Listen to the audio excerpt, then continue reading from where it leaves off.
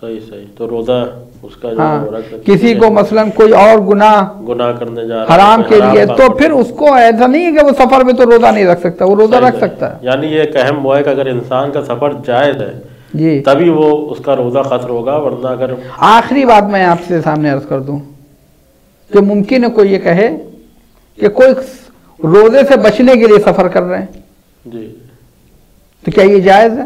ہاں یہ جائز ہے. روزے سے بچنے کے لیے اگر کوئی سفر کر رہا ہے، مطلب مثال کے طور پر کسی نے کہا کہ بھائی کیا کریں آج روزہ نہیں رکھنا ہے، چلا گیا کہیں باہر، جو چلا جائے سفر کرنے، سفر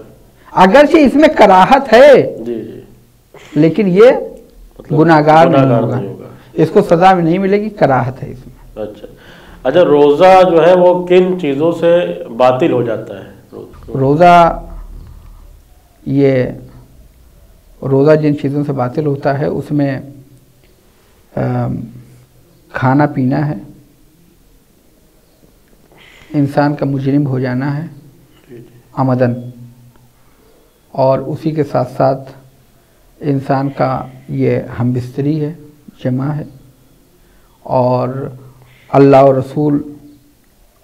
یا ائمہ اہل بیت علیہ السلام کے سلسلے میں جھوٹی نسبت دینا ہے. یہ انتہائی احتیاط کی بات ہے. یقیناً ہمارے بہت سے علماء ماہ رمضان میں روایت نقل کرنے میں احتیاط برتتے تھے. اگر کوئی انسان جان بوجھ کر یہ سوچ کر کے اور اس بات کو کنفرم نہیں کہ پتہ نہیں مولا علی نے کہا یا نہیں کہا ہے، امام صادق نے فرمایا ہے یا نہیں فرمایا، اور وہ کہہ دے، روزہ باطل ہو جائے گا. لہذا کوئی بھی جھوٹی نسبت دینا، لہذا چاہے وہ فضائل کی روایتیں ہوں چاہے مصائب کی روایتیں ہوں، اس میں اگر کوئی اس میں انتہائی حساس اور احتیاط کا معاملہ ہے کہ ایسی روایتیں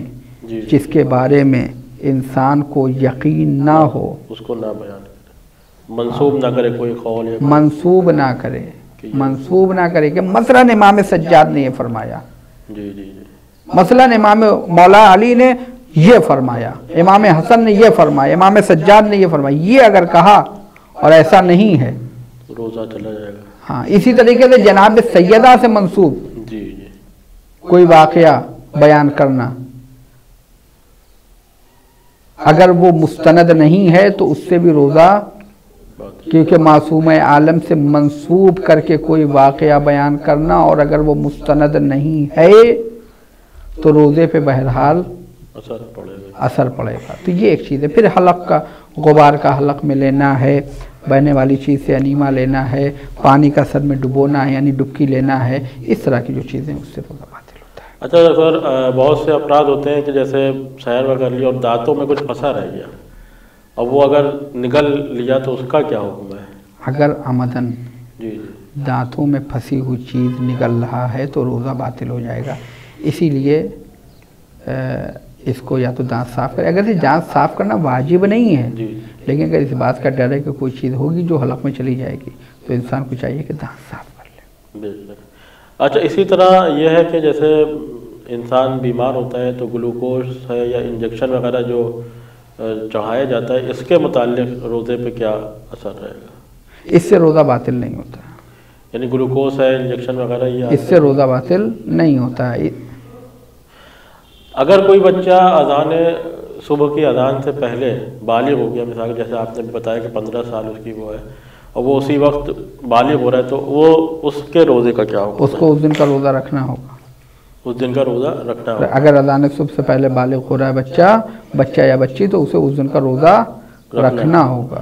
ناظرین، جیسا کہ آپ نے دیکھا کہ روزے کے متعلق ابھی آقا نے بیان کیا کہ کب روزہ رکھنا ہے، کن چیزوں سے روزہ باطل ہو جاتا ہے، اور خاص کر جو آقا نے بتایا ہے کہ کسی معصوم کی طرف جو ہے کوئی ایسی قول یا کوئی ایسی بات منسوب کرنا جو مستند نہ ہو، اس سے بھی روزہ باطل ہو جاتا ہے. تو ناظرین، یہ ہمارا پروگرام تھا ماہ رمضان کے متعلق، روزوں کے متعلق. اور آپ کے ذہن میں بھی اگر کوئی سوال اٹھ رہا ہے تو اسکرین پر دیے گئے نمبر پر آپ اپنا سوال بھیج سکتے ہیں. انشاءاللہ ہم آئندہ آنے والے پروگرام میں اس سوال کا جواب آغاز سے جانیں گے. اسی کے ساتھ ہم اجازت چاہتے ہیں. وآخر دعوانا ان الحمدللہ رب العالمین.